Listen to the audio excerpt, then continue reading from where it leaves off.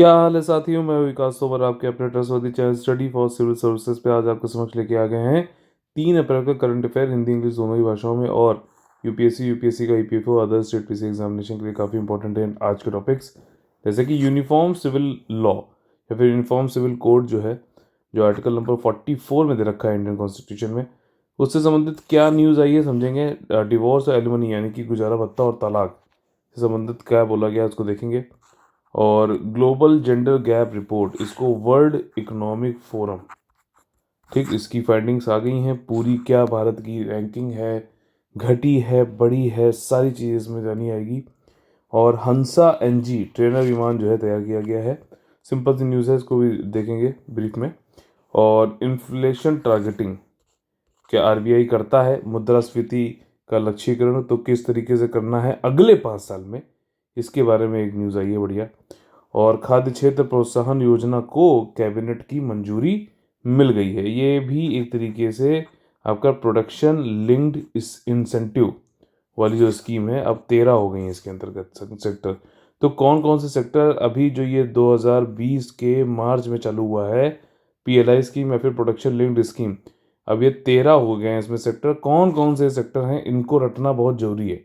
हो सकता है वहाँ पे क्वेश्चन पूछ ले कि भैया बताओ इनमें से कौन सा नहीं है, तो फूड सेक्टर वाला भी अब आ गया है, फूड प्रोसेसिंग वाला भी अब आ गया है इसमें, ठीक। और आगे बढ़ने से पहले आप लोग बता दें, ईपीएफओ 2020 और यूपीएससी 2021 का कंप्लीट पेड ग्रुप हमारा चल रहा है, जिसमें आप लोग को पूरी टेस्ट सीरीज, स्टडी मटेरियल और 1-to-1 डिस्कशन और गाइडेंस आप लोग के लिए किया जाता है। अगर आप लोग को ज्वाइन करना तो प्लीज़ इन 2 नंबर पर कॉल करिए, 8564880530, 9696066089 पर, ठीक है। देखिए, पहला जो हमारा आज का टॉपिक है वो है uniform civil law on divorce and alimony, तलाक और गुजारा भत्ता पर समान नागरिक कानून। अब यहाँ पे सुप्रीम कोर्ट में याचिका दायर की गई है और उसमें कहा गया है कि मतलब मुस्लिम वीमन की तरफ से याचिका दायर की गई है। और ये कह रहा है कि सुप्रीम कोर्ट को ये देखना चाहिए कि जो फंडामेंटल, जो मूल अधिकार हैं मुस्लिम वीमन के, क्या वो कहीं ऐसा तो नहीं हो रहा है कि यूनिफॉर्म सिविल कोड को लागू करने के चक्कर में जो मुस्लिम वीमन के फंडामेंटल राइट्स हैं, क्या उनका तो नहीं उल्लंघन हो रहा है, ठीक है ना। ये चीज़ कही गई है मुस्लिम वीमेंस के द्वारा की तरफ से, ठीक। सभी धर्मों के एक समान कानून उपलब्ध कराने के खिलाफ सुप्रीम कोर्ट में एक याचिका दायर की गई। याचिका के अनुसार उपरोक्त कानून की आड़ में मुस्लिम महिलाओं को उनके धर्म का पालन करने संबंधी मौलिक अधिकार छीनने की पुरजोर कोशिश की जा रही है, ऐसा बोला गया है, ठीक। अब देखिए, यूनिफॉर्म सिविल कोड को थोड़ा यहाँ पे समझ लेते हैं, इंपॉर्टेंट है काफ़ी। देखिए, इसमें ये एक तो जो भी हमारे जो है सेक्शंस हैं समाज में, जितने भी समुदाय हैं जो भी हैं, उनको रिलीजन के बेसिस पे ना ट्रीट करते हुए सभी जो है बिल्कुल सामान्य तौर पे ट्रीट किए जाते हैं। ये मतलब एक तरीके से सेकुलरिज्म का भी वो मान सकते हो, एक कैरेक्टरिस्टिक मान सकते हो, जो कि यूनिफॉर्म सिविल कोड में दिखता है। कौन कौन से जो है सिविल वाली बातें इसमें आती हैं, जैसे कि मैरिज, डिवोर्स, आपका जो है सक्सेशन और प्रॉपर्टी, किसको क्या, इनहेरिटेंस, ठीक, आपका जो है विरासत वाली चीज़ है और विरासत में जो मिलती है, और एडॉप्शन, बच्चा गोद लेना, ये सारी चीज़ें, मेंटेनेंस, ठीक, गुजारा भत्ता, और इस तरीके से एलिमनी भी बोलते हैं। और it is based on the premise that there is necessary no connection between religion and personal law. अब देखिए, पर्सनल लॉ और धर्म के बीच में कोई कनेक्शन नहीं है किसी सिविलाइज्ड कंट्री में। और वैसे भी इंडिया में अगर आप देखो तो 302 धारा, अगर राइट टू मर्डर, मतलब राइट टू नहीं है, सॉरी, मतलब अगर मर्डर करने के खिलाफ है, अगर किसी ने मर्डर किया है तो आप उसके खिलाफ जो है 302 धारा लगा के उसको सजा दी जा सकती है। तो ये चाहे किसी भी धर्म का हो बंदा, ठीक, इंडिया में क्रिमिनल जो कोड है वो तो एक तरीके से जो है यूनिफॉर्मली सबके ऊपर पड़ता है, लेकिन सिविल नहीं हुआ है। और यही चीज़ इस पर एम्फेसिस किया जाता है यूसीसी के अंतर्गत, ठीक। आर्टिकल नंबर 44 के अंतर्गत बोला जाता है, डीपीएसपी में जो राज्य के नीति निर्देशक तत्व हैं उसके द्वारा ये कहा गया है कि इम्प्लीमेंट करना है यूसीसी यानी कि यूनिफॉर्म सिविल कोड, ठीक। ये एक तरीके कॉमन सेट ऑफ लॉ है जो गवर्न करते हैं civil rights of every citizen, जो भी सिटीजन है उनका। अब देखिए, इसकी टाइमलाइन समझ लेते हैं। 1954 में जो है स्पेशल मैरिज एक्ट लागू किया गया, बनाया गया, ठीक। इसमें क्या था कि सिविल मैरिज किस तरीके से होनी, रिलीजियस, मतलब कोई भी पर्सनल लॉ इसके ऊपर स्पेशल मैरिज एक्ट है, इसमें इंटर रिलीजन भी मैरिज हो सकती है, इंटर कास्ट भी मैरिज हो सकती है, समझ में आ रही बात। दूसरा है 1956 वाले में हिंदू कोड बिल हुआ, और इसकी वजह से क्या हुआ कि जो है डिवाइड कर दिया गया पर्सनल लॉज को, जो कॉमन इंडियन सिटीजन है और मुस्लिम कम्युनिटीज जो हैं इनके बीच में जो है एक तरीके से हिंदू कोड बिल लाने से डिवाइड हो गया पर्सनल लॉ। ठीक, 1986 में क्या हुआ, राजीव गांधी जी ने शाहबानो केस के बाद में जो है कई काफ़ी वाला एलिमनी और इन सब में जो है चेंजेस लाए, तो इसकी वजह से भी काफ़ी जो है वाइडन हो गया सिविल राइट्स अलग अलग कम्युनिटीज़ में। और प्रेसिडेंट जो है अब्दुल कलाम जी ने भी सपोर्ट किया यूसीसी को 2003 में। 2015 में क्या हुआ कि सुप्रीम कोर्ट ने ये कहा कि हमें ज़रूरत है यूसीसी की, और उसके बाद से 2016 से लॉ कमीशन ने स्टार्ट किया है डायलॉग यूसीसी पर। ठीक, तो ये पूरी कहानी मैंने इसलिए यहाँ पे थोड़ा सा इन्फेसिस करके बताई है कि मेंस तक के लिए भी आपके ये काम आ जाएगा। अब देखिए अमीना शेरवानी जिन्होंने अभी ये कहा है, जिन्होंने ये दायर किया है कि भैया यूसीसी लागू कर रहे हो और इस चक्कर में क्या मुस्लिम महिलाओं का जो है आप मूल अधिकार हनन कर रहे हो, ये चीज़ उन्होंने बोली है। ठीक, इससे पहले A K उपाध्याय जी जो थे उन्होंने कहा था कि एक सिंगल लॉ होना चाहिए डिवोर्स, मेंटेनेंस और एलिमनी के लिए, सारे रिलीजन के लिए। तो ये पक्ष में है यूसीसी के, और ये अमीना शेरवानी जी जो है अब एक तरीके से इसके विपक्ष में आ गई हैं। ठीक, और इसमें जो है इन्होंने कहा सुप्रीम कोर्ट का हियर करना पड़ेगा before deciding uniform civil code को में हो लगे ना लगे, इससे पहले उन्होंने कहा है कि ये देख लो कि इनका जो है मुस्लिम वीमेन का ऐसा तो नहीं कि फंडामेंटल राइट्स का हनन हो रहा है। A K उपाध्याय जी ने कहा था कि एक लॉ होना चाहिए, और उपाध्याय जी का ये तर्क था इसके पीछे कि कई सारे रिलीजन्स जो हैं वो डिस्क्रिमिनेट और मार्जिनाइज करते हैं वीमेन को। ठीक, अब इस पर क्या चीज़ होगी, क्या चीज़ सही है क्या चीज़ गलत है, सुप्रीम कोर्ट डिसाइड करेगा। ठीक, जो यहाँ पे था मैंने वो बताया है खाली, मेरा इसमें कोई भी ओपिनियन नहीं है। यूनिफॉर्म सिविल कोड, समान नागरिक संहिता क्या है, ये एक तरीके से लॉ है पूरी कंट्री में सारे रिलीजियस कम्युनिटी के लिए, और जो उनके पर्सनल मैटर्स हैं जैसे कि मैरिज और डिवोर्स, इनहेरिटेंस, अडॉप्शन। अब तो याद हो गया होंगे ना, हो सकता है वहाँ पे यही क्वेश्चन पूछ ले, बताइए इनमें से कौन सा सिविल वाला है कौन सा क्रिमिनल वाला है ना। तो अब तो कर लोगे ना। आर्टिकल 144 सॉरी आर्टिकल 44 जो है भारतीय संविधान का, उसमें कहा गया कि एक सिविल यूनिफॉर्म सिविल कोड होना चाहिए सारे सिटीजन्स का जो भारत की टेरिटरी में रहते हैं। और पर्सनल लॉ का अगर स्टेटस देखा जाए तो जो जैसे कि मैरिज, डिवोर्स, इनहेरिटेंस, ठीक है, ये सब कंकरेंट लिस्ट में आता है इंडिया में, पर समवर्ती सूची में आता है आर्टिकल नंबर 246 के अंतर्गत। जो है आपका शेड्यूल 7 में 3 लिस्ट है, यूनियन लिस्ट, स्टेट लिस्ट और कंकरेंट लिस्ट। तो कंकरेंट लिस्ट में आपका मैरिज, डिवोर्स, इनहेरिटेंस आता है। ठीक, तलाक, विवाह, विरासत और हिंदू पर्सनल लॉ जो हैं हैव बीन बाई लार्ज, ये अभी सेकुलराइज्ड हो चुके हैं, मॉडर्नाइज कर दिए गए हैं हिंदू मैरिज एक्ट 1955 के बाद से। ठीक, वहीं अगर मुस्लिम पर्सनल लॉ को देखा जाए तो अभी भी मॉडिफाई ज़्यादा नहीं किया गया है, अभी भी 1937 शरीयत लॉ वाली चीज़ चल रही है। जो आपकी गुजारा भत्ता है, आपका एलिमनी, ये कोड ऑफ क्रिमिनल प्रोसीजर अगर आप देखोगे 1973 तो उसकी धारा नंबर 125 के अंतर्गत ये अप्लाई होता है सभी कम्युनिटीज़ के ऊपर।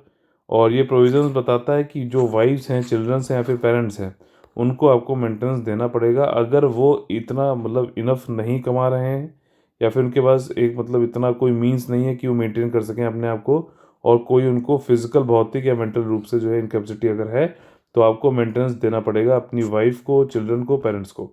ठीक, ये किस में दे रखा है, सेक्शन 125 में, कोड ऑफ क्रिमिनल प्रोसीजर 1973।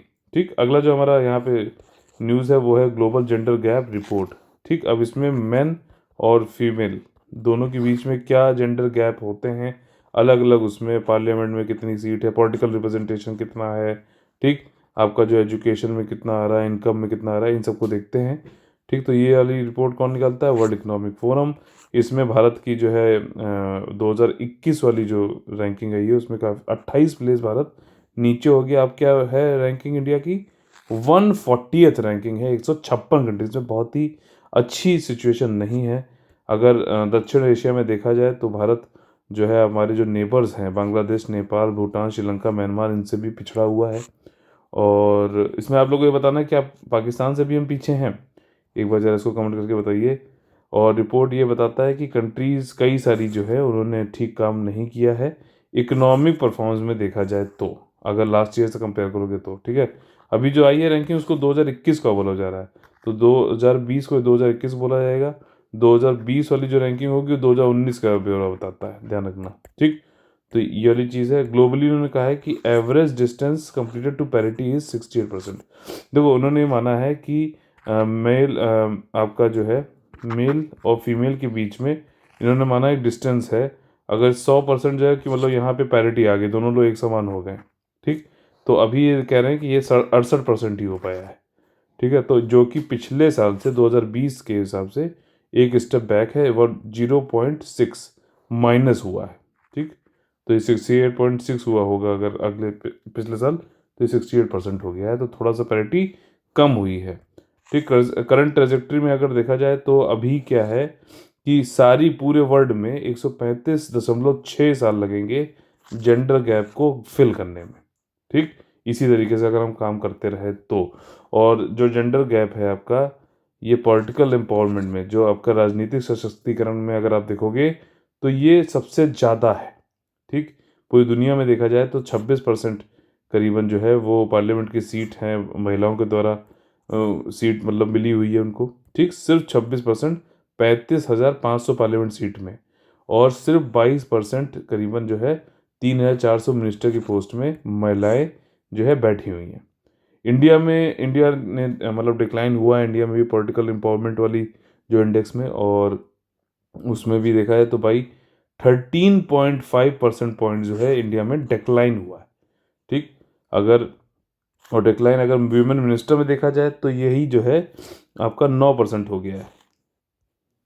तो इंडिया में अगर पॉलिटिकल उसमें देखा जाए एम्पावरमेंट इंडेक्स में, जो पार्लियामेंट सीट्स हैं उसमें 13.5% पॉइंट का गिरावट आई है। वहीं आपका देखा जाए तो अब जो मिनिस्टर्स हैं वीमेन मिनिस्टर्स, उसमें 9.1% ही रह गया है।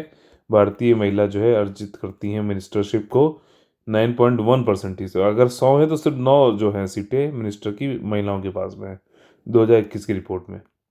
ठीक, और ये भी कह रहा है लेकिन फिर भी ये वाली जो रैंकिंग है इंडिया में, ये फिर भी बाकी कुछ कंट्रीज से ठीक है।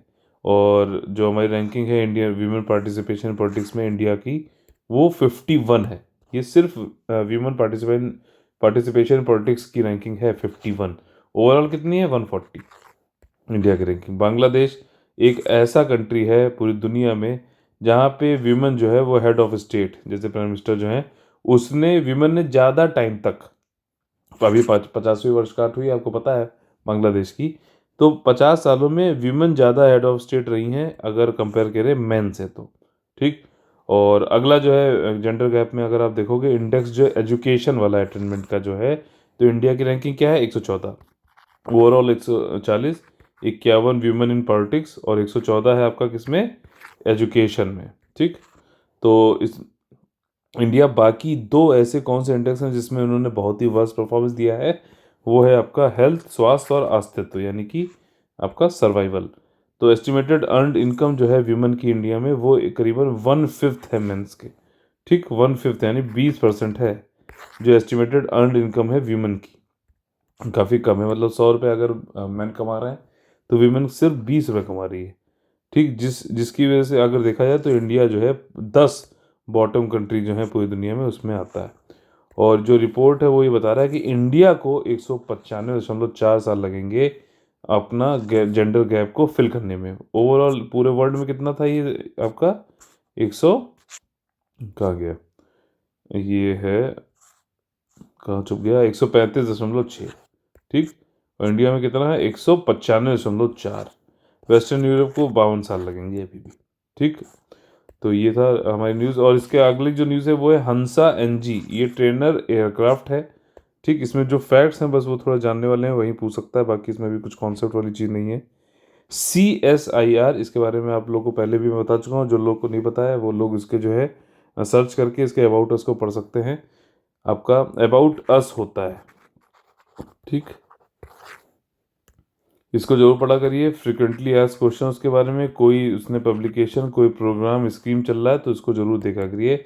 CSIR जो council of scientific industry research, national aerospace laboratory. ठीक, अब इसका नाम जो है चेंज होकर रोड मैप क्या नाम है इसका? Roddam Narasimha civil aircraft centre हो गया। ये बेंगलोर में है। ठीक, तो इन्होंने क्या है, CSIR नेशनल एरोस्पेस लेबोरेटरी, ये आपका इन्होंने रोल आउट किया है हंसा NG को। नेक्स्ट जनरेशन एयरक्राफ्ट है, बेल्लूर कैंपस में। ये मतलब एयरक्राफ्ट हैंगर में, कुछ नहीं, सिंपल चीज़ है। किन्होंने किया, CSIR ने किया। ये ट्रेनिंग एयरक्राफ्ट है भाई, एयरक्राफ्ट सीधे चलाने से पहले ट्रेनिंग भी तो कराएंगे, तो उसके लिए किया गया है। और ये जो हंसा NG है, इसको सर्टिफाई किया गया था 2000 में DGCA द्वारा, ठीक, अंडर द जार VLA। ठीक, जार VLA फुल फॉर्म क्या है, joint aviation requirement very light airplanes. ठीक, तो इनके इसके अंतर्गत जो है इस कैटेगरी को जो है उसको दिया गया था, सर्टिफाई कर दिया गया था। और जो है has been revitalise to cater the demand of the trainer aircraft. मतलब ये एयरक्राफ्ट से ट्रेनिंग कराई जाएगी, सिंपल ये बात है। ये जो ट्रेनर एयरक्राफ्ट है इसमें IFR कंप्लाइंट है, मतलब ठीक ठाक है सारी चीज़ें। इसमें काफ़ी अच्छा ग्लास कॉकपिट है, बबल कैनोपी है ऊपर से, कई सारे डिस्प्ले इसमें आपको देखने मिलते हैं। ठीक, IFR कंप्लाइंट क्या क्या मतलब है, इंस्ट्रूमेंट फ्लाइट रूल्स। और जो सेक्शन है वो हाईली एफिशिएंट है, डिजिटली कंट्रोल्ड है, और मतलब अच्छा है ट्रेनिंग कराने के लिए, बढ़िया ये जो है एयरक्राफ्ट है। और अप्रूवल जो है DGCA के द्वारा मैन्युफैक्चरिंग ऑफ हंसा NG जो है वो ले लिया गया था सितंबर 2020 में ही। ठीक, इंडिया की तरफ से जो पायलट की ट्रेनिंग है उसके लिए कौन जो है वो करेगा, CSIR NAL। ये तो लॉन्च उसने तो आपको हंसा NG दे दिया, लेकिन इंदिरा गांधी राष्ट्रीय उड़ान अकेडमी जो है, इन्होंने MOU साइन किया है CSIR NAL के द्वारा, और ये लॉन्च करेंगे customer of Hansa NG for pilot training कराने के लिए जो है ये मदद करेंगे आपके एकेडमी, इंदिरा गांधी राष्ट्रीय उड़ान अकेडमी। और देखिए ये CSIR का नया नाम हो गया रॉडैम नरसिम्हन सिविल एयरक्राफ्ट सेंटर। ये क्रिएट करेगा, मतलब ऐसा काम करेगा जो रीजनल ट्रांसपोर्ट एयरक्राफ्ट जो प्रोग्राम है उसमें भी इसी का ही काम आएगा। CSIR NAL यानी कि रोडैम नरसिम्हा सिविल एयरक्राफ्ट। ठीक, तो रीजनल ट्रांसपोर्ट जो है, क्षेत्रीय जो आपका परिवहन विमान होते हैं, उनके प्रोग्राम के लिए भी कार्य जो है CSIR NAL ही करेगा। इसके लिए भी अप्रूवल मिल गया है। तो दो चीज़ें हमने पढ़ी, एक तो हो गया हंसा NG वाला, और दूसरा रीजनल ट्रांसपोर्ट एयरक्राफ्ट वाला प्रोग्राम भी CSIR NAL ही कर रहा है। एक्स्ट्रा पॉइंट देखिए ये है कि centre for civil aviation design and development, ये बेंगलोर में है, और बेंगलोर के CSIR NAL में ही है, जिसका नाम देखिए रोडैम नरसिम्हन सिविल एयरक्राफ्ट सेंटर वो हो गया है। और नेशनल एरोस्पेस लेबोरेटरी जो है ये डेवलप कर रही है 19 सीटर सारस एयरक्राफ्ट और 10 सीटर रीजनल ट्रांसपोर्ट एयरक्राफ्ट, जो अभी मैंने आपको बताया ऊपर। तो ये हंसा NG भी कर रही है, सारस एयरक्राफ्ट भी कर रही है, और ये जो है रीजनल ट्रांसपोर्ट एयरक्राफ्ट भी कर रही है 100 सीटर का। नेशनल एरोस्पेस लेबोरेटरी जो है ये बेंगलोर में स्थित है, और ये इंडिया का लार्जेस्ट एरोस्पेस फर्म है इंडिया की। ठीक, ये देखिए हंसा जो है NG, ये इस तरीके का है, ये पूरा जो आपको फोटो आपके सामने दी हुई है।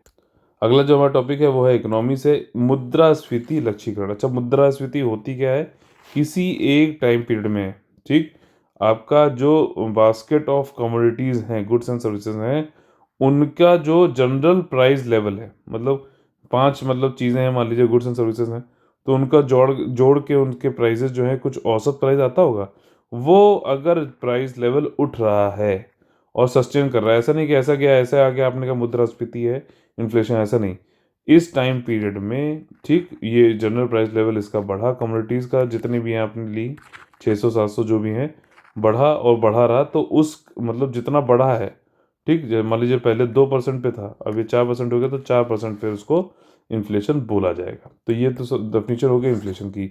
अब यहाँ पे क्या सिस्टम है कि मॉनेटरी पॉलिसी कमेटी आप लोगों को पता है RBI की होती है, जो मुद्रास्फीति, जो आपकी मौद्रिक नीति समिति है, जिसमें 3 जो है RBI के होते हैं लोग, 3 गवर्नमेंट के होते हैं, और ये RBI ये क्या करता है, ये इन्फ्लेशन टारगेटिंग करता है, मुद्रास्फीति लक्षीकरण करते हैं।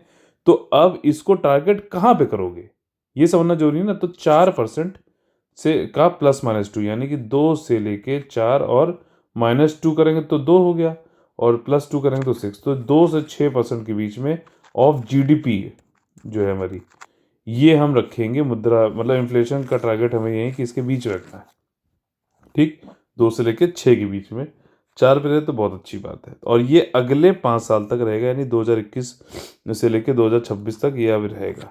ठीक, ये यहाँ पे इन्होंने बताया है आरबीआई ने। सिंपल सी बात है, ये मैंने पहले भी इसको कवर किया हुआ है, आज फिर से अब उसका जो है वो हो गया है फाइनली अब इसको सेलेक्ट कर लिया गया, तो यहाँ पे इसको बताया जा रहा है।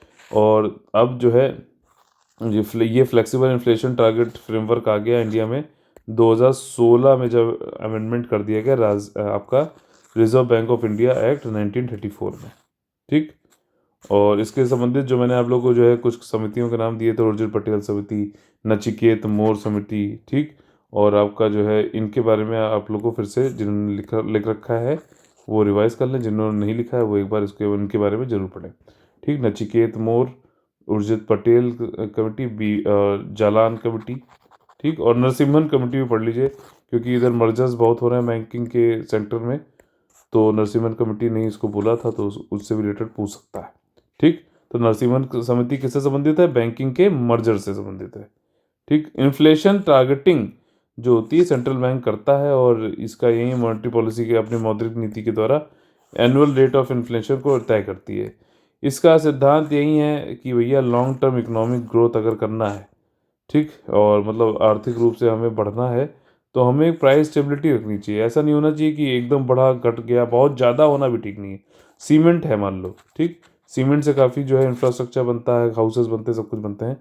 अगर उसके प्राइस इतने ज़्यादा हो जाएं, ठीक, मैं एक कम्युनिटीज़ ले रहा हूँ ताकि आपको समझ में आ जाए, वैसे तो बहुत सारी कम्युनिटीज़ होती हैं, इतना ज़्यादा हो जाए कि लोग उसको खरीद ही ना पाए, इनपुट कॉस्ट इतनी ज़्यादा हो जाए कि वो हो ही ना पाए, तो वो भी गड़बड़ है ना। तो इसको नीचे भी रखना है, साथ ही साथ इतना क्यों, और ये बढ़ता भी है, जैसे सीमेंट की डिमांड है ना भारत में, तो ये बढ़ेगा भी, क्योंकि इंडिया में कई सारी चीज़ें अभी इंफ्रास्ट्रक्चर बनने हैं।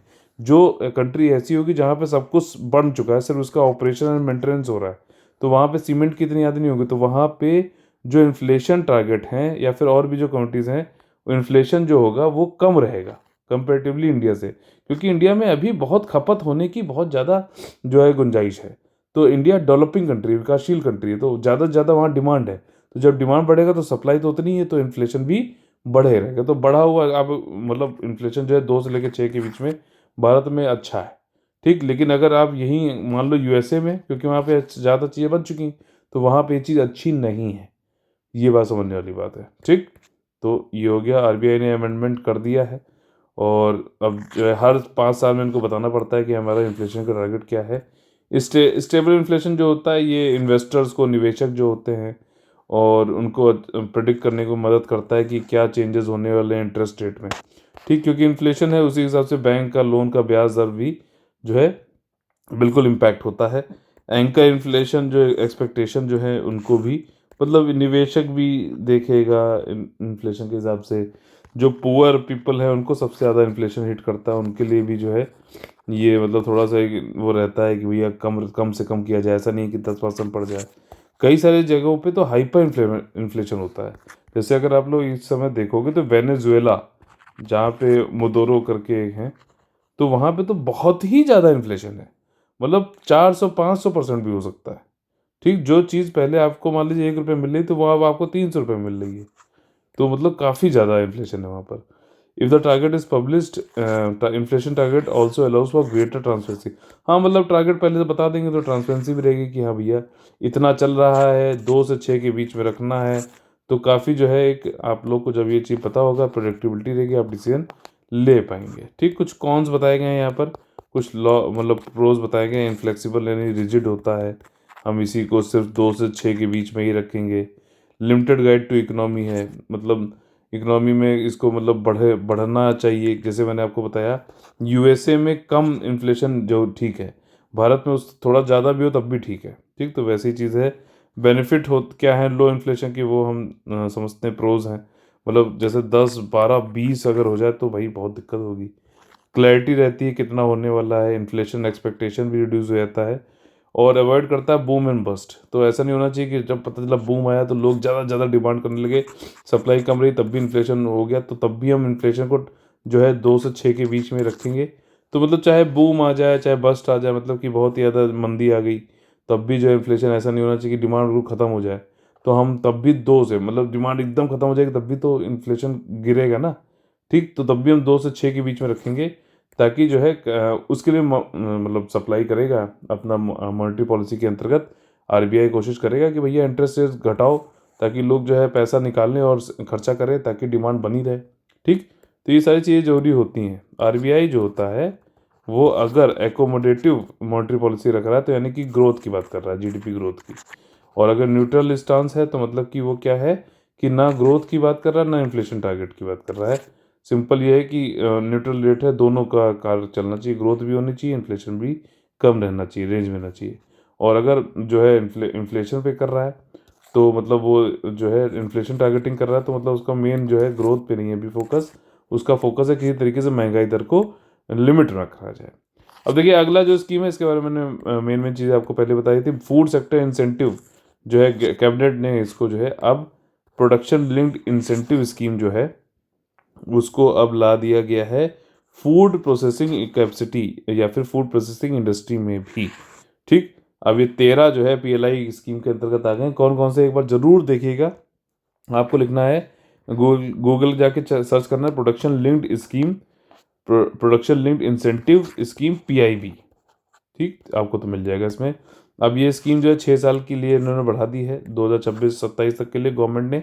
और इसमें प्रोडक्शन कैपेसिटी पैसा जो आवंटित किया गया है इसके लिए कितना है, 10,900 करोड़। और गवर्नमेंट का ये एक्सपेक्टेशन है कि हम प्रोडक्शन कैपेसिटी को बढ़ाकर और प्रोसेस्ड फूड जो आउटपुट होता है, जैसे आप लोगों ने टमाटो जैम हो गया, प्रोसेस्ड है। ठीक, टमाटर का जो है वो सॉरी टमाटो केचप हो गया तो टमाटर की प्यूरी बना दी है। ठीक, वैसे फ्रूट जैम हो गया तो फ्रूट से जो है ये प्रोसेसिंग करी गई है, इसमें प्रसंस्करण किया गया है। ठीक, तो इनका ये अनुमान है कि 33 करोड़ करीबन जो है इनको मिल जाएगा 10,900 लगाकर। और स्कीम में वही है, मॉनिटरिंग करेगा इसको कौन, कैबिनेट सेक्रेटरी के द्वारा एक हेड की जाएगी एम्पावर्ड ग्रुप ऑफ सेक्रेटरीज, वो इस स्कीम को संचालित करेगा। कैबिनेट सेक्रेटरी इसके हेड होंगे, ध्यान रखना ये पूछ सकता है क्वेश्चन। और जो फूड प्रोसेसिंग इंडस्ट्री मिनिस्ट्री है वो ये बताएगी कि एप्लीकेंट कौन होगा स्कीम का और कहाँ पे इंसेंटिव किसको देना है, किसका रोकना है। ठीक, और जो मॉनिटरिंग निगरानी कौन करेगा, एम्पावर्ड ग्रुप ऑफ सेक्रेटरी, जिसको कैबिनेट सेक्रेटरी हेड करते हैं। कैबिनेट सेक्रेटरी जो है वो सिविल सर्विसेज बोर्ड के हेड होते हैं। सबसे बड़ा जो है अगर सिविल सर्विसेज में कोई होता है तो वो कैबिनेट सेक्रेटरी होता है। ठीक, दो स्कीम है वो मतलब वही है, प्रोडक्शन ज़्यादा से ज़्यादा करो और जो है जो एक्सपोर्ट हो सके, जो लोग जो है ज़्यादा से ज़्यादा खरीदें, चाहे वो फॉरेन मतलब प्लेयर्स हो इंडिया में आके काम कर रहे हो, चाहे लोकल डोमेस्टिक जो है इंडस्ट्री लगा के फूड प्रोसेसिंग कर रहे हो, उन सब के लिए को क्या क्या कर सकते हैं, कहाँ कहाँ इंसेंटिवाइजेशन किया जाएगा। रेडी टू कुक, तुरंत जो है उसको पका सकते हैं, तुरंत खा भी सकते हैं, ready to eat. Process fruit and vegetables, marine products जैसे कि आपने प्रॉन सुना होगा, आने लग गए हैं, फिशेज हो गए, और मोज़रेला चीज़, तो इनमें जो है इंसेंटिवाइजेशन किया गया है। और इनोवेटिव ऑर्गेनिक प्रोडक्ट जो होते हैं medium and small size enterprises में, उनको भी एलिजिबल रखा गया है। ठीक, छोटे और मध्यम आकार के उद्यमों एसएमई के अभिनव या जैविक उत्पाद भी इस योजना के अंतर्गत आते हैं। सरकार के अनुसार सब्सिडी भी इन्होंने दी है कि कुछ सपोर्ट कर सके ब्रांडिंग और मार्केटिंग के लिए। भाई मतलब अगर आजकल देखा जाए तो ब्रांडिंग और मार्केटिंग एक बहुत बड़ा कंपोनेंट है। ठीक, कोई भी चीज़ आप बनाओ लेकिन अगर उसकी ब्रांडिंग ना करो अच्छे से, ठीक, पैकिंग और उसके मार्केटिंग ना करो, तो इसलिए सरकार ने इस चीज़ को समझते हुए सब्सिडी कुछ रखी है जिसका कार्य सिर्फ और सिर्फ ब्रांडिंग और मार्केटिंग का होगा। ठीक, प्रोडक्शन लिंक्ड स्कीम जो है वो इंसेंटिव स्कीम जो है वो यही है कि आप डोमेस्टिक मैन्युफैक्चरिंग को बढ़ाओ। ठीक, घरेलू विनिर्माण को बढ़ावा देने और आयात बिलों में कटौती, मतलब इंपोर्ट को ख़त्म करो और जो है हमारी भारत की खुद की मैन्युफैक्चरिंग कैपेसिटी विनिर्माण को बढ़ाओ। ये चीज़ यहाँ पे मेन फोकस है। मार्च 2020 में चालू किया गया था और कई सारी कंपनीज को जो है इंसेंटिवाइज किया जा रहा है। ठीक, इसमें मतलब आप जैसे मान लो पहले 10 बिस्किट बनाते थे, अब आप इसको 20 बनाओ घर आप, ताकि क्या है बाहर से बिस्कुट जो आ रहा था वो उसमें इंपोर्ट में कमी आई। ठीक, और दूसरा जो है इंडिया के खुद के मैन्युफैक्चर कर रहा है, तो दोनों अच्छी बात है ना। जितना ज़्यादा आप करोगे, प्रोडक्शन करोगे, उतना ज़्यादा जो है आपको इंसेंटिव भी मिलेगा, प्रोत्साहित भी किया जाएगा पैसे के द्वारा। ठीक, और production manufactured in domestic unit, इसमें जो है फॉरेन कंपनीज भी आ सकती हैं, आके लगाएं अपना, और इनक्रेज किया जाएगा कि लोकल कंपनीज भी आके अपनी मैन्युफैक्चरिंग कैपेसिटी को बढ़ाया जाए। 13 PLI स्कीम हो गई हैं, प्लीज़ जाके इसको जरूर देख लीजिए कौन कौन सी हैं, जैसे कि ऑटोमोबाइल, फार्मास्यूटिकल, IT हार्डवेयर, और जिसमें कि लैपटॉप, मोबाइल, टेलीकॉम इक्विपमेंट, ठीक, white goods, chemical sales, textile, ये सारे जो है PLI स्कीम के अंतर्गत हैं। वहाँ पूछ सकता है बताइए इनमें से कौन सा नहीं है, तो आप लोग को जो है थोड़ा सा इसको देखना चाहिए। महेंद्र गिरी से संबंधित कौन से स्टेटमेंट सही है? देखिए, हम लोग का ये सेक्शन कहलाता है कौन बनेगा ISP से। इसमें हम लोग ये सिर्फ पढ़ते ही नहीं, पढ़ने के साथ साथ ये भी जानते हैं किस तरीके से एग्जाम में क्वेश्चन को हमें सॉल्व करना चाहिए। महेंद्र गिरी से संबंधित कौन कौन से जो है स्टेटमेंट सही हैं ये पूछा गया है। देखिए, महेंद्रगिरी भारत के झारखंड के गजपति जिले में के रायगढ़ उपखंड में एक पर्वत है, ठीक। तो ये स्टेटमेंट देखिए बिल्कुल गलत है, क्योंकि महेंद्रगिरी आप लोग पढ़ा है अगर, बिल्कुल कुछ भी आप लोग मैपिंग देखते हो तो आप लोग पता है कि ये ओडिशा में है, और ओडिशा ही आज आप लोग का जो है मैपिंग एक्सरसाइज का होमवर्क है, ठीक। आप लोग को मैपिंग एक्सरसाइज करनी है, इसमें इसका जो है भौतिक रूप से फिजिकल मैप और जो है आपका पॉलिटिकल मैप दोनों को ही देखना है। कौन कौन से बायोस्फीयर रिजर्व हैं, कौन कौन से जो है इसमें पर्वतशिला हैं, कौन कौन सी रिवर्स हैं, ये सारी चीज़ें, ठीक। महेंद्रगिरी जो है आपका रामायण से संबंधित है, दूसरा स्टेटमेंट सही है। और पहला अगर गलत हो गया देखिए, तो ये तीनों स्टेटमेंट गलत हो गए, तो बी ऑप्शन हो गया सीधे सीधे। और सेकंड जो है बायोस्फीयर रिजर्व, इसको जो है घोषित करने की बात करी गई है स्टेट गवर्नमेंट के द्वारा, यानी उड़ीसा के द्वारा, ठीक। सेकंड, पहला कौन सा है? सिमलीपाल। तो यहाँ पे उड़ीसा गवर्नमेंट के द्वारा जो है सेकंड बायोस्फीयर रिजर्व महेंद्रगिरी को southern part of the state जो है महेंद्रगिरी, उसको जो है प्रपोज किया गया है, अभी इसके लिए जो है बताया गया, प्रस्ताव रखा गया है। गजपति डिस्ट्रिक्ट जो है ये आपका सेकंड हाईएस्ट पीक भी है, महेंद्रगिरी जो है सेकंड हाईएस्ट पीक भी है स्टेट का, ठीक। और अगला क्वेश्चन जो है हमारा वो है कार्निवैक कोव वैक्सीन, ठीक। इससे संबंधित कौन सा स्टेटमेंट गलत है ये बताना है यहाँ पर। देखिए, ये पहला एनिमल वैक्सीन है नोवल कोरोना वायरस के खिलाफ, ठीक। जो अभी से ह्यूमन वैक्सीन आई है तो ये एनिमल वैक्सीन है पहली, और इसको रजिस्टर पंजीकृत कहाँ पे कराया गया है? यूनाइटेड किंगडम में। देखिए, ये स्टेटमेंट गलत है, रशिया में कराया गया है कार्निवैक को वैक्सीन को, ठीक। तो पहला स्टेटमेंट गलत हो गया, पूछा भी गलत ही गया है। तो कौन कौन सा ऑप्शन हो सकते हैं? ए ऑप्शन हो सकता है, डी ऑप्शन हो सकता है। इसके बाद कार्निवैक वैक्सीन जो होता है ये एनिमल्स पे डेवलप किया गया, किसके द्वारा? रोजल खोन्स नाडजोर, ठीक। बहुत अच्छा नाम है, और इसको इसके द्वारा किया जाता है, बिल्कुल सही है। तो ये नहीं होगा, ये नहीं होगा, तो अब बचा ऑप्शन ए। तो इसका सही ऑप्शन तो वैसे ए हो जाएगा, लेकिन हम थर्ड वाला भी पढ़ेंगे। जो यूज़ होता है वैक्सीन का, वो प्रिवेंट कर देता है कि वायरस में कोई म्यूटेशन ना हो जाए एनिमल्स के अंतर्गत जो है, ठीक। जैसे अभी हम लोग परेशान है, UK का म्यूटेंट, कुछ एक नया स्ट्रेन आ गया है कोविड का, साउथ अफ्रीका का नया आ गया है। तो उसी में उसी तरीके से जो एनिमल्स के अंदर जो वायरस है ये कोरोना वाला, वो म्यूटेट ना कर पाए, अपने आप को जो उत्परिवर्तन ना कर पाए, इसके लिए ये है, ठीक। रशिया में पंजीकृत किया गया है, और इसको वहाँ के रोजेल खॉन्स नार्जोर जो है इन्होंने इसको बताया है, ठीक। तो ये आज का हमारा सेशन यहीं पे खत्म होता है। अगर आप लोग को पसंद आता है तो प्लीज़ लाइक शेयर सब्सक्राइब जरूर करिए। आप लोग हमारा UPSC से संबंधित फ्री टेलीग्राम चैनल में ज्वाइन कर सकते हैं। इसके लिए आप लोग को सर्च करना होगा IAS UPSC 2019, ठीक। बिल्कुल फ्री है, इसमें हम लोग जो है पूरे नोटिफिकेशन आप लोग को मिलते हैं, जो भी चीज़ें हैं, ऑडियो मैसेज हैं आपका प्रीलिम्स से संबंधित, UPSC से कुछ भी है, सारा डेटा यहाँ पे आप लोग को मिल जाएगा टेलीग्राम में, फ्री वाला, ठीक। और यह सेशन आप लोग को अगर पसंद आए तो प्लीज़ लाइक शेयर सब्सक्राइब जरूर करिए। और आप लोग अगर हमारे पेड ग्रुप से जुड़ना चाहते हैं UPSC 2021 और EPFO 2020 का, तो 8564000530 9696066089 पे ज्वाइन कर सकते हैं। देखिए, UPSC और EPFO दोनों के लिए ही फ्री वाली प्लेलिस्ट भी बनी हुई है हमारे ओनली करंट अफेयर वाले चैनल पे ही, इसको भी आप लोग देख सकते हो, आप आराम से यहाँ से भी तैयारी कर सकते हैं। अदरवाइज आप लोग पेड ग्रुप में ज्वाइन करने के लिए इन नंबर्स पे कॉल करें। चलिए, फिर से आप लोग से मुलाकात होगी सुबह 6 बजे गर्म प्याले के साथ में, तब तक लेते हैं आप लोग से अलविदा। तब तक ले जय हिंद, जय Bharat, all the very best है।